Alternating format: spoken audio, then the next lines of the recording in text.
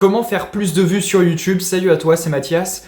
Et aujourd'hui, on va parler d'un sujet qui nous concerne tous. Si tu as une chaîne YouTube, si tu t'es lancé, comment attirer plus de trafic, comment faire plus de vues avec tes vidéos. Et donc aujourd'hui, on va parler de l'algorithme YouTube. Voilà, tu as peut-être vu plusieurs vidéos là-dessus, tu as peut-être vu des gens qui ont essayé de percer le mystère de l'algorithme, comment faire plus de vues.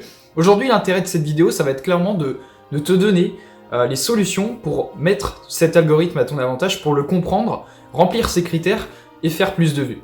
Voilà, l'algorithme en fait, c'est pas quelque chose. Faut savoir qu'en fait, c'est pas l'algorithme qui va faire que tes vidéos vont faire des vues, c'est tes vidéos qui vont faire que, en fonction de leurs critères, l'algorithme va les mettre en valeur. C'est toi qui dois t'adapter à l'algorithme, c'est ça, remplir ces critères pour que ils te mettent en avant tout simplement. Parce qu'il faut savoir avant tout qu'en fait, l'algorithme YouTube c'est quoi? C'est un système qui va favoriser en gros le contenu d'un viewer. Le contenu, par exemple, si un viewer est intéressé par une certaine catégorie de vidéos, l'algorithme va proposer cette certaine catégorie de vidéos. En fait, c'est pour favoriser l'expérience de celui qui regarde des vidéos. Il s'adapte au goût de la personne. Et donc, en fait, ça permet de proposer la meilleure expérience possible. Tu vois, par exemple, si une personne aime les voitures, des vidéos sur les voitures, l'algorithme va proposer automatiquement des vidéos sur les voitures. Il va pas proposer des vidéos sur, je sais pas, sur le montage vidéo, tu vois. Il va favoriser les goûts de du spectateur, en fait.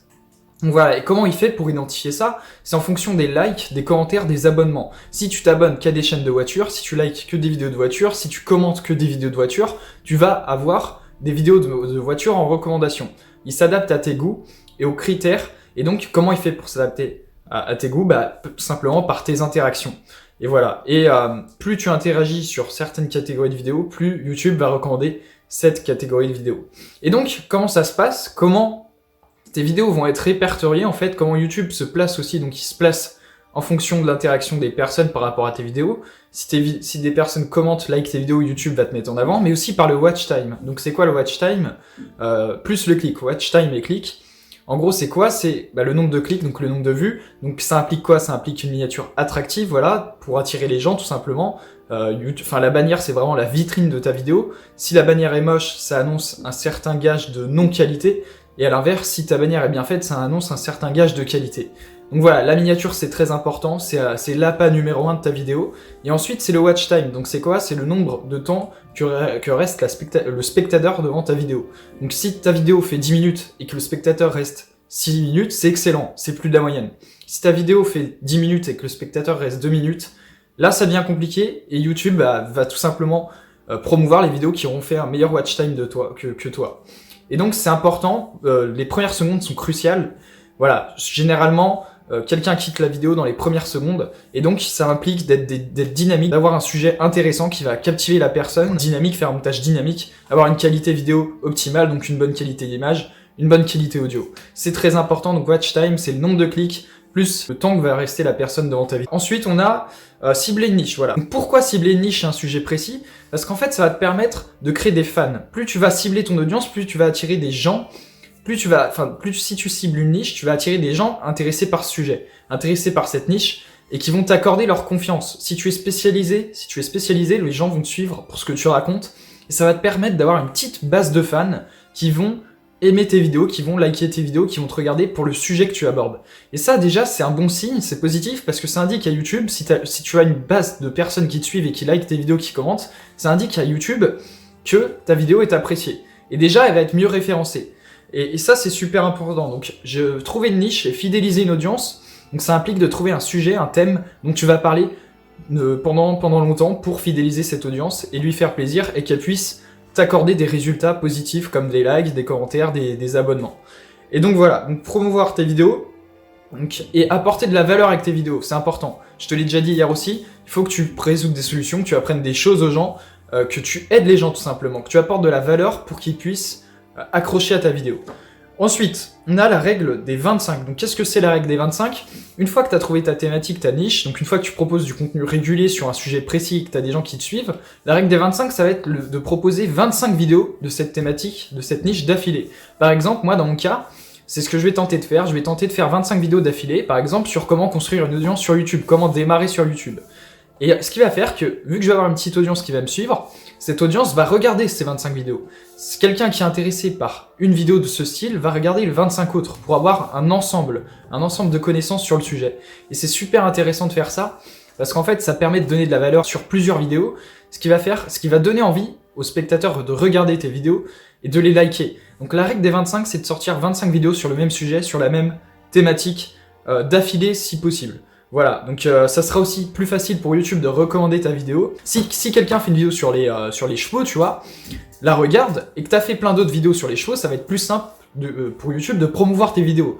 Étant donné que la personne aime les vidéos sur les chevaux, eh ben YouTube va lui recommander d'autres vidéos que tu as faites sur cette même thématique. D'où l'intérêt de faire plusieurs vidéos, donc 25 sur cette thématique. Ça va être plus facile pour YouTube de recommander tes vidéos et donc de t'apporter de la visibilité. Alors que si tu fais plein de contenus divers et variés, YouTube sera moins enclin justement à proposer une autre vidéo à la personne intéressée par un certain sujet, puisqu'il y a plein de sujets divers.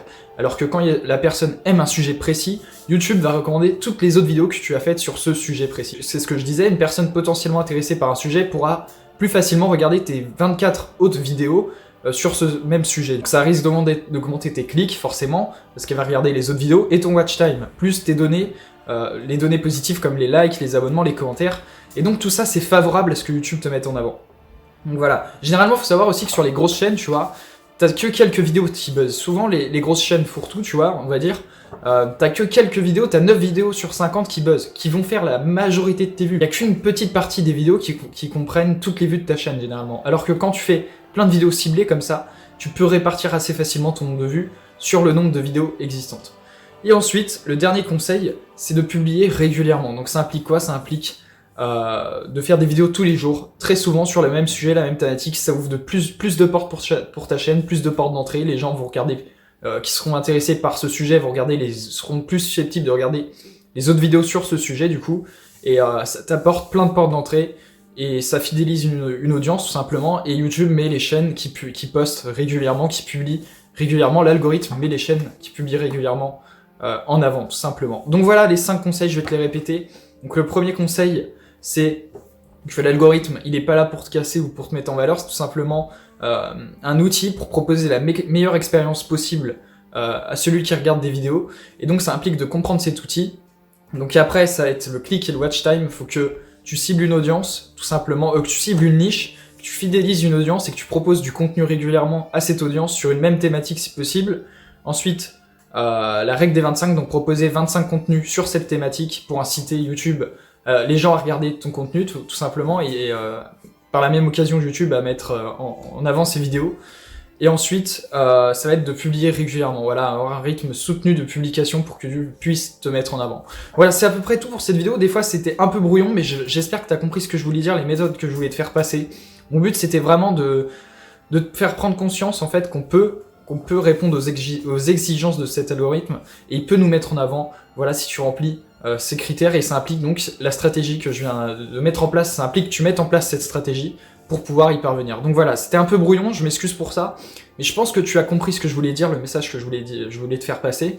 Si tu as du mal à lancer ta chaîne, ou si tu vois qu'elle décolle pas, hier j'ai fait une vidéo pour t'aider à adopter une stratégie qui va te permettre de faire décoller ta chaîne si ça t'intéresse. C'était dans la vidéo d'hier, dans la même thématique du coup, donc c'est le même sujet.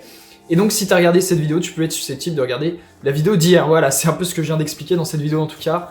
Je te remercie pour regarder mes vidéos, je vous remercie d'ailleurs pour les commentaires, je peux pas répondre à tout le monde mais je les lis tous en tout cas, voilà, sache-le, je regarde tous tes commentaires.